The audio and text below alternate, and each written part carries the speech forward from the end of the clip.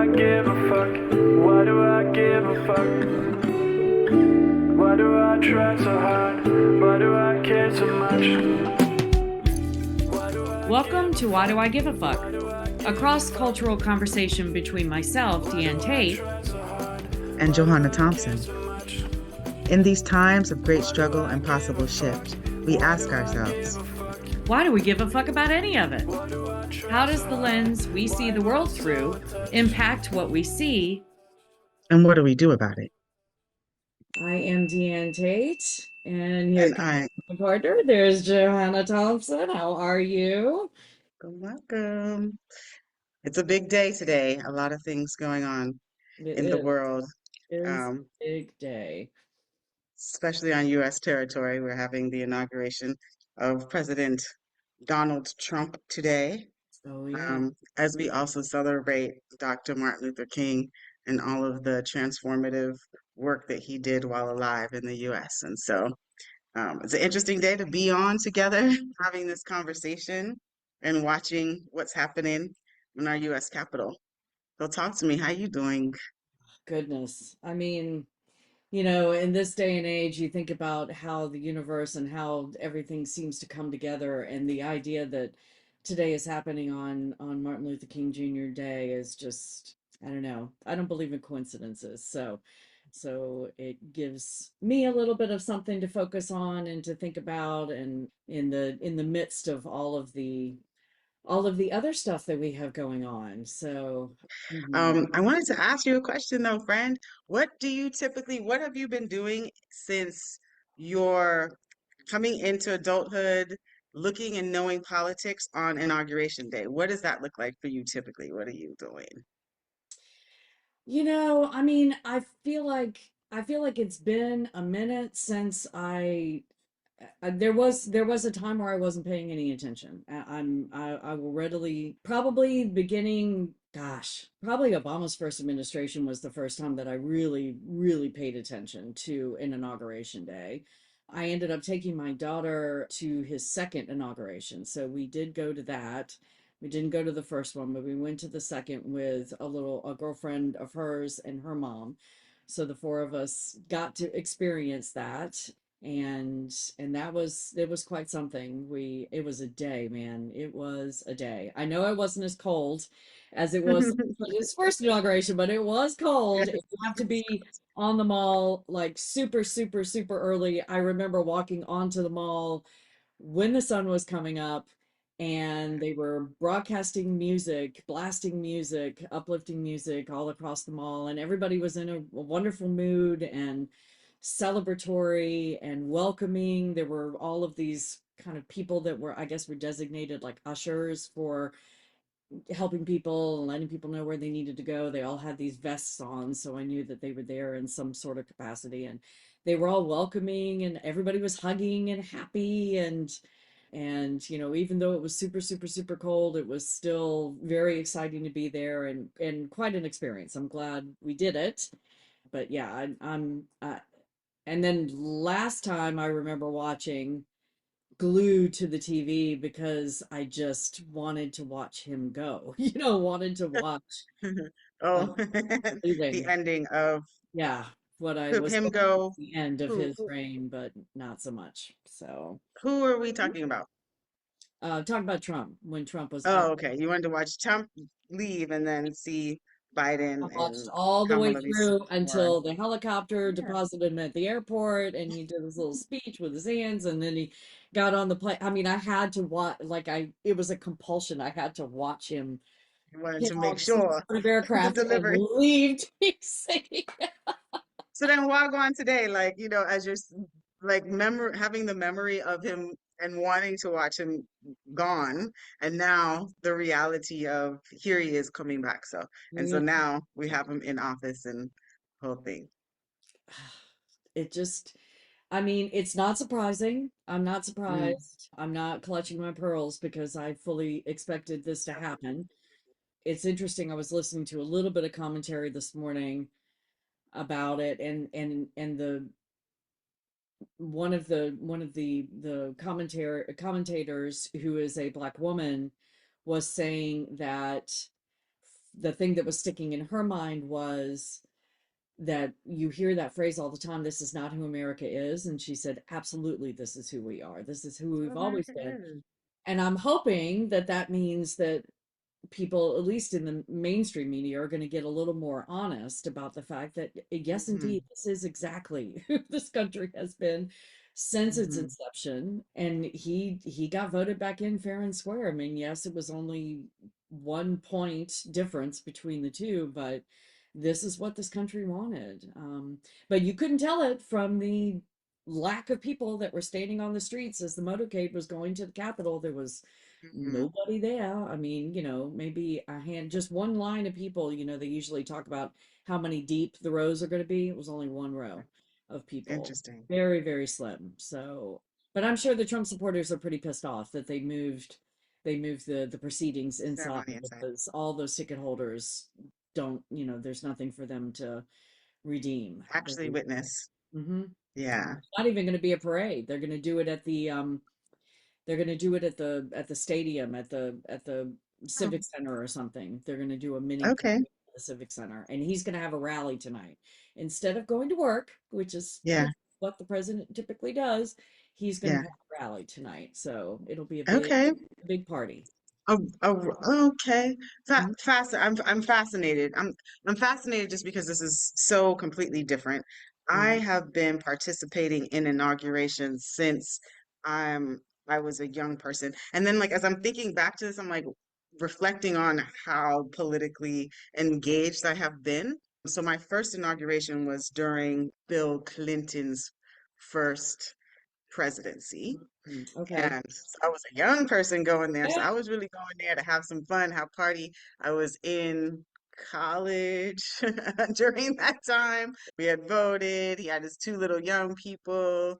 The parties were like really good and fun. So for those people who have never been in the U.S. on Inauguration Day, it really is a large celebration. There are tons of our entertainers, our influencers, our decision makers in corporate America. All of those people kind of come to Washington, D.C. for a week, almost mostly, but inauguration day happens, but on a week for the week, and a lot of things are going on. So a lot of connections are happening, a lot of conversations about the new administration and what um, government is going to look like, what our social structures are going to look like. So a lot of party, a lot of fun, a lot of conversation, a lot of power moves that are happening during inauguration.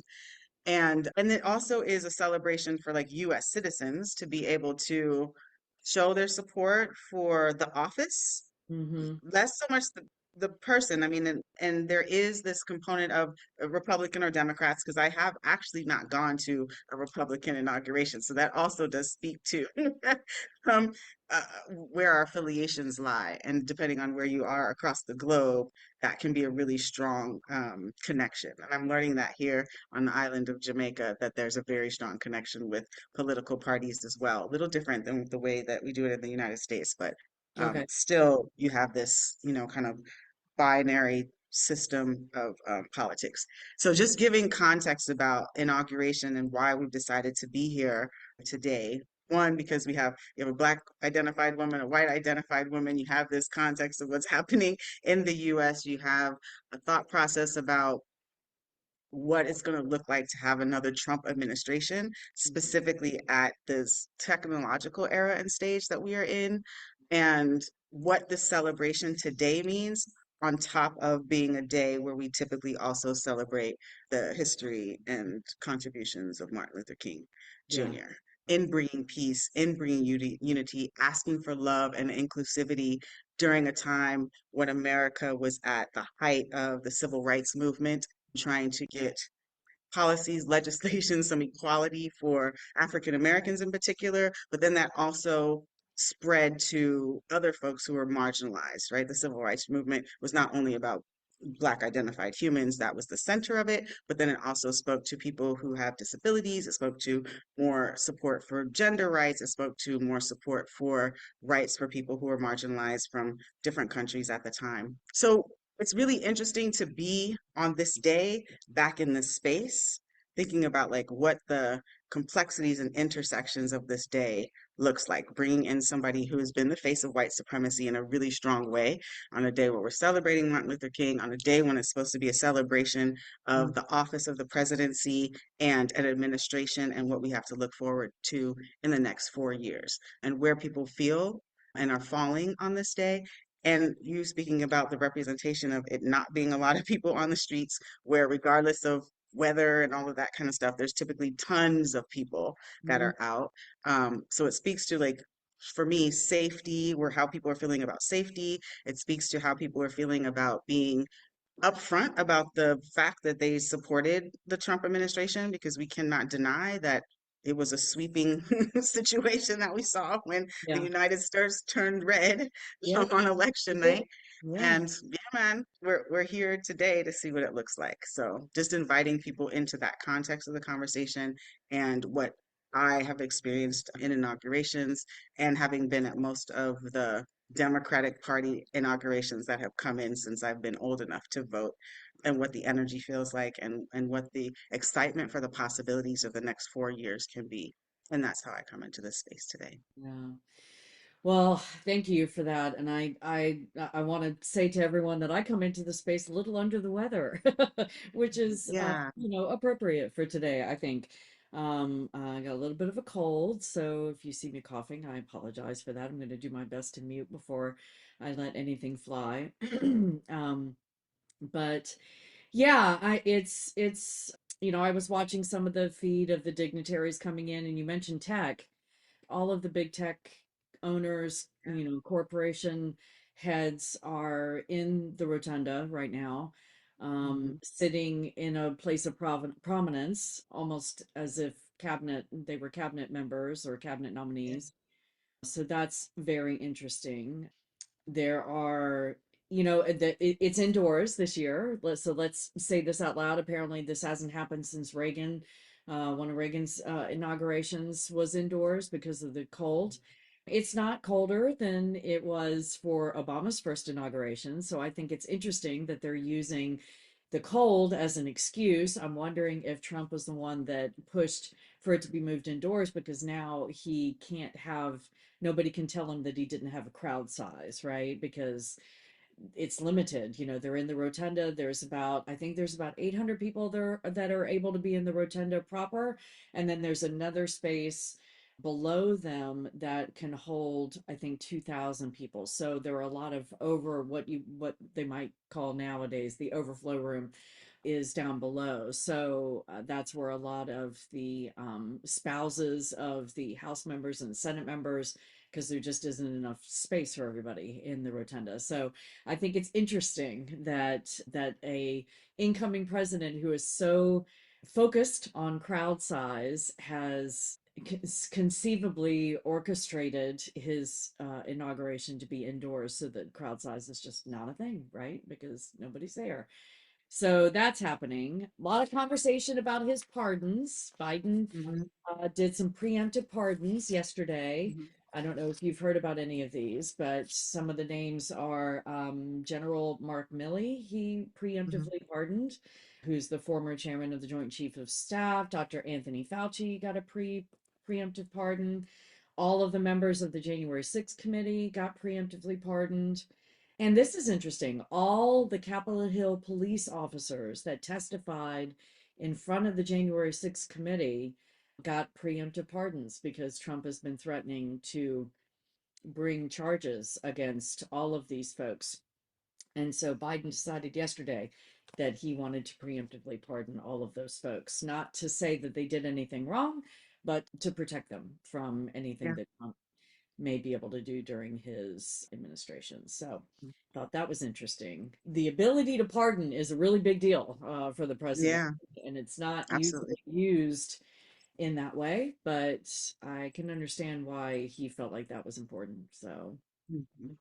Yeah, and I mean, and being guided. One of the things that I'm thinking of as you're talking about not only crowd size, but what does it look like? Because we've seen this in some of the U.S. states that government will then become closed. We saw that in Florida, where mm, they closed access to government, which is not the way that we do democracy, right? So that's like something that we need to be thinking about. When you take it away from being a part of the people and having the people participate in the process and go inside and close the doors and limit who can be a part of the process, we're showing limited government, which has Right. also been language that Trump has spoken to.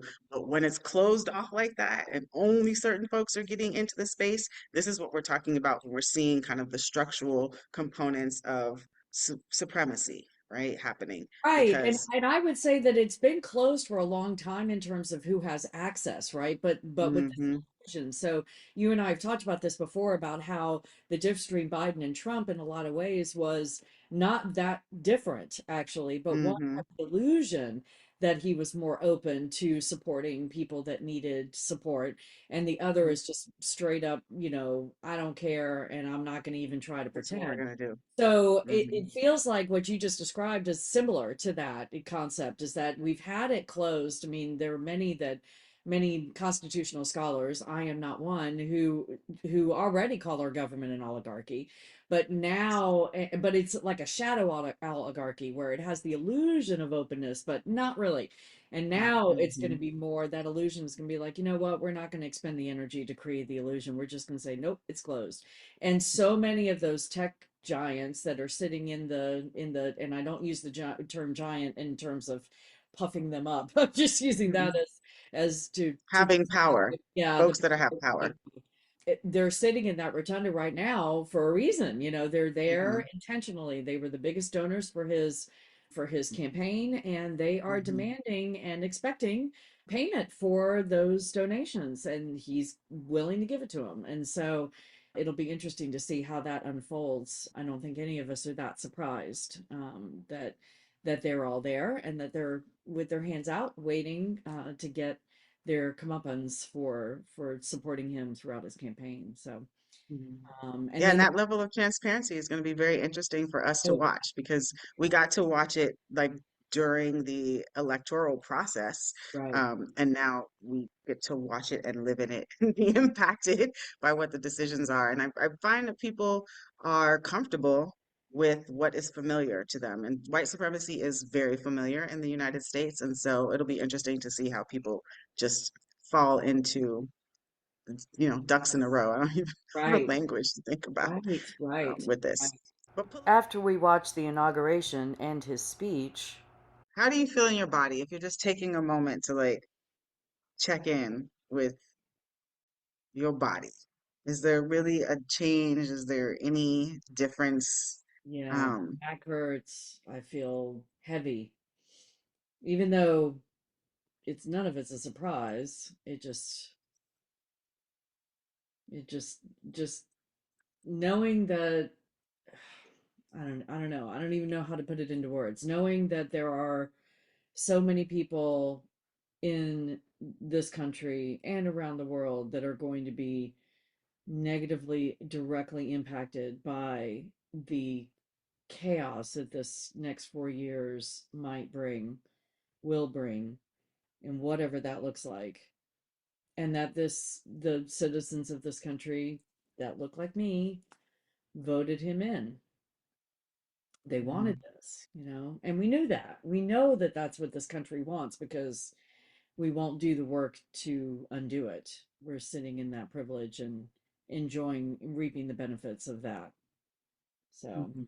how are you feeling in your body? I probably don't need to ask, but it's Yeah, more. no, I'm full of tension. I'm full of tension right now because when I'm listening to the language, I am hearing all of the dog whistles and I'm hearing all of the things that were never applicable to me as a Black identified person in the United States, right? So not even naming the labor that came from non-white colonizers in building the nation of the United States is exclusionary. And so like, and then okay, the language of what Donald Trump was actually saying, whoever wrote that speech that he delivered well, if we're just talking about the the way that it looked, Right.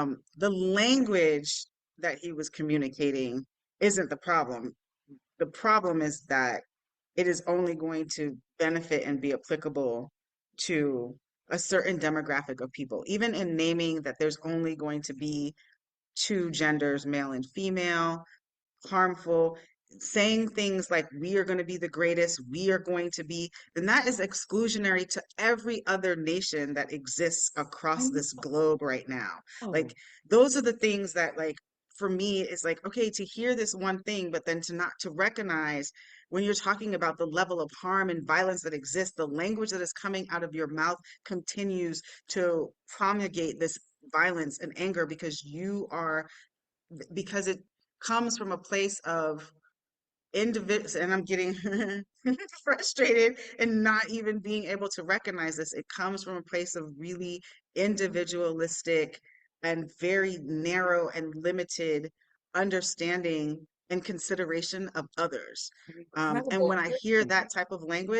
Yeah. that type of language really incites a deep anger inside of me that is not peaceful. And I don't want to I don't want to exist like that. I don't want to exist in a way where I know that I'm surrounded by folks that don't have consideration for other people and then are not connected to humanity. That Yeah. is, that's the way that we actually make change, that we actually get to transformation, that we have a wonderful evolution, that we have an expansion of mind, thought, systems, and all of those things. And that is not happening in the language and in the decision to allow this Trump administration. So to see what this looks like when he says oh to my black and brown bodies, that means that you have the consciousness of the inequality of all of the things that have been broken as far as social contracts and treaties that he's speaking to.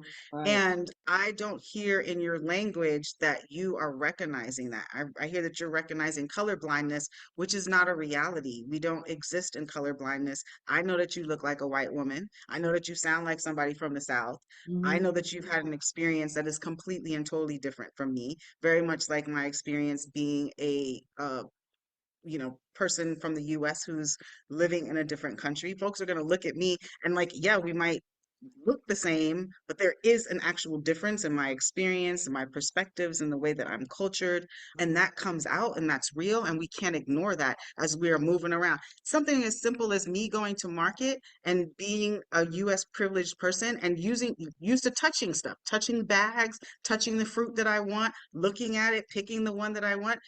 You can't do that in Jamaica. You can't touch on other stuff, people's stuff that folks want to have. That's worth cutting. And just to not be able to one know that, but then to have somebody in leadership not have, I think, a connection to that and connection to humanity and connection to what it looks like to be and exist differently than your body and your experience and think that your experience and body is the only way and is the right way and is the golden age and is what makes things great is psychotic, Yeah.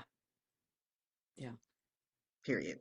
It reminds me of the disconnect between the understanding of what's happening in Palestine as being an apartheid state and the people that believe that Israel has a right to be there, has a right to take that land, has a right to marginalize and obliterate anybody that might identify as Palestinian because they want this land. And the disconnect in that and the lack of understanding that yes, while you're doing that, you're taking, it's what we did in this country when my ancestors first colonized this country. And what do you need to tell yourself to make that okay? What do you need to? Manifest destiny. He said Yeah. it. Yeah, he said This it. is what is expected and this is what's right. And whiteness can just It's what come we're and take for. whatever it wants Yeah. at any point in time and make all of the rules for everyone else.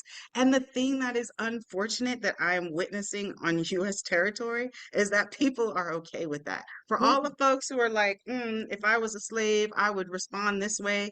I'm just letting folks know that if you are not a wealthy white male man identified person in the United States, you're a slave. Yeah. You're a true slave. Yeah. Don't think that you're not. You're Mhm. not having no freedom. They're going to tell you what's in your books. They're going to tell you where to live. They're going to tell you how much your food is. They're going to tell you how the environment is supposed to be. They're going to tell you when you get up, how much you get paid to get up and go to work for every day. And then they're going to tax you. Mhm. You're a slave.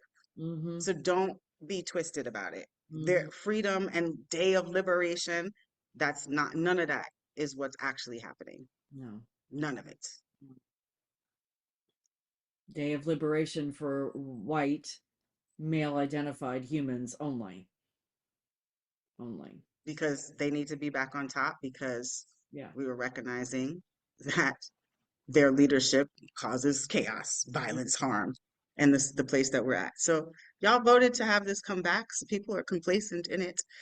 Um, Yeah. and now we get to experience what it is. But it's familiar. It's not like it's not familiar to people, and people like It's what's familiar not. to them. It's just it I mean, it's not familiar. I mean, it is familiar. It's not out of the ordinary. It's just louder for Much those louder. of us who get to move through space with some level of plausible deniability. With that deniability is disappearing. Mhm. And if there is at all a silver lining from this, sliver, sliver, sliver, it's that it's becoming impossible to deny. It's Mm, still possible for many, many, many folks. And the only sliver of hope I can have is that with as outrageous as his behavior and the plans that he wants and the people that are supporting him and wanting to create this, that it becomes more and more obvious to those of us who have been asleep all of this time. And then the question is, what are you going to do about it? You know, what are we going to be a part of the revolution, or are we going to allow this to, continue to destroy the earth and all of the people around us? I mean, he spent what, 5 minutes at least talking about what he wants to do to further destroy the earth. For anybody that's listening, anybody that's watching, if you are not okay with this, then you got to stand up. You got to join forces. You got to get in solidarity with people that are. We've got to form the revolution. We've got to form and I'm not meaning, the pictures of revolution that we may have in our heads from the movies. I don't even know that that's just a more theater. The revolution has to come from our gut. It has to come from our hearts. It has to be embedded in everything that we do to try to effect some level of change and protect those around us who are going to experience the greatest level of harm in these next 4 years and the years to come after that. So I'm very, very grateful that you are not on this land any longer, even though that means you have to be away from your children and your family and your loved ones. But they can come. yes, yes, Anyone can come. That's yes, not to say that there's other nations that don't have right, the issues that we right. exist in on a global scale. Colonization Um, is a sickness that we're finding is, the veil is being ripped off and we're seeing it everywhere now. everywhere. Been there all along, but Hmm. we're seeing it now. Hmm. I'm talking Yeah, about me. yeah. No, I understand that. And then, I'm also curious as to what revolution actually looks like, because what we've seen not only in the United States, but we have seen this kind of return to fascism and return to a desire for a limited and less expanded thought process. Yeah. So what is revolution actually going to look like when a majority of people are inviting this type of leadership across the globe? They're inviting this leadership. Well, when you But say majority of people, are you talking about the voters? I'm talking about, yeah, election processes, you know, and I know that elections cannot be partial and fair and equal, and not everybody Right. comes up and And shows it's not out, majority because a lot of and people it's can vote, don't even so vote. But for those who have the power and the sensibility to do that, yeah, we've seen this sweep of no, we want it back to this thing. yeah. And so what does that actually look like when like the power structures and those who have participated in the process have taken us to this place where our leadership and our administration and our structures are centered around this hierarchical supremacy? What does revolution actually look like? I mean, it's a great question. I don't know that I have the answer. For me, I can just speak from my own lived experience. It's about um, shifts in my own consciousness in terms of the binary thinking. I've been doing a lot of unpacking of what how binary thinking manifests in so much, and how the beginning of my awakening was about how white supremacy manifests in the way I move through space, and that's not, it's never going to be completely gone, but I'll always be working on it. But I feel like it's graduated to more of a binary thinking, because and who has the power in any situation. So revolution for me is just finding the people that I know are doing the work, refusing really in a lot of ways to be in community with people who aren't, not necessarily, and that's a hard one, because you end up losing a lot of people around you, but I've also gained a lot of amazing people around me that really want to see this done differently. But it's also people that look like me who have the privilege and who have the ability. I have the ability to walk into any space and,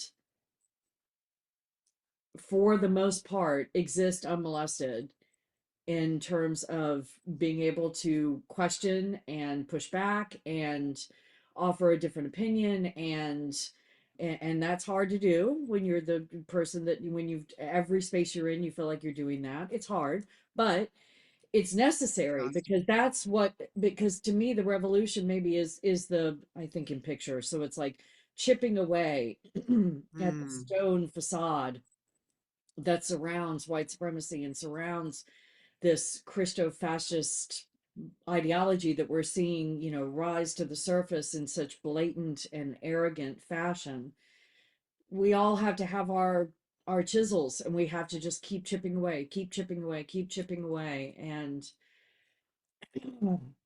but it's going to take all of us, especially those of us who are in this level of privilege, to do that, and to do it unrelentingly. You take breaks, and because it's a marathon, not a sprint, but every day we have to keep doing it. And it's probably not, I don't know that it'll be realized in our lifetime. Mm. But that doesn't mean it's not worthy of the effort, because otherwise we're going to destroy everybody, all of us, as well as the planet. We're unless the planet destroys us first, which I wouldn't be surprised if Which it it does when it wants to, right? does. We'll have a Yeah, tsunami or a yeah, hurricane or a fires, fire or hurricanes. the Yeah, earth the is planet's like, definitely fuck pushing back. you, I will be just fine, but you all Yeah. need to go. So yeah, Yeah, that's what I was I thinking know of that's amazing, with but revolution. Revolution looks like challenging all of the things that were just given to us, and challenging it in a way where there is a real analysis of where this foundational understanding and thinking comes from, yeah.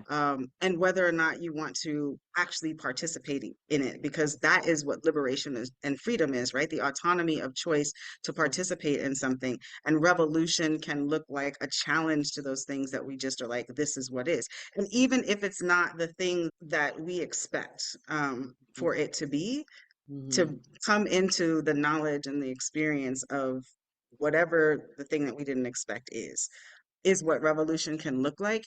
And I question the timeline, because we do have technology, and that's a critical component of the way that we exist in our social fabric today, and communicate with each other. And technology can make something happen like this. Mm-hmm. And technology is moving a lot quicker than we are able to catch up to. And so there are opportunities for us to continue to challenge as long as they don't remove our ability to access and use technology in the way that they try to with like a TikTok or something.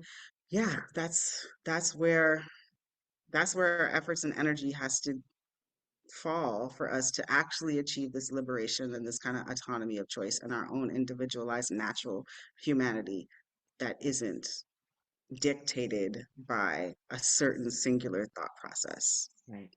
Right. Well, I am willing to walk in that space with you, my friends, and Rewalking thank it. you for watching this with me. We will see everybody next week. Yes, we will. Blessed Inauguration Day. Happy MLK Day. King Day. Let's lead with love as much as we Yes, can in this time. absolutely. All right. Bless. Why do I give a fuck? Why do Thanks for I joining give a us. fuck? Until next time, Why as you do I move try throughout so your day, hard? continue to ask yourself, Why do I give a Why fuck? Do I Give a Fuck is produced in collaboration with Johanna and Diane. Music by Norwegian musician Water. See you next time.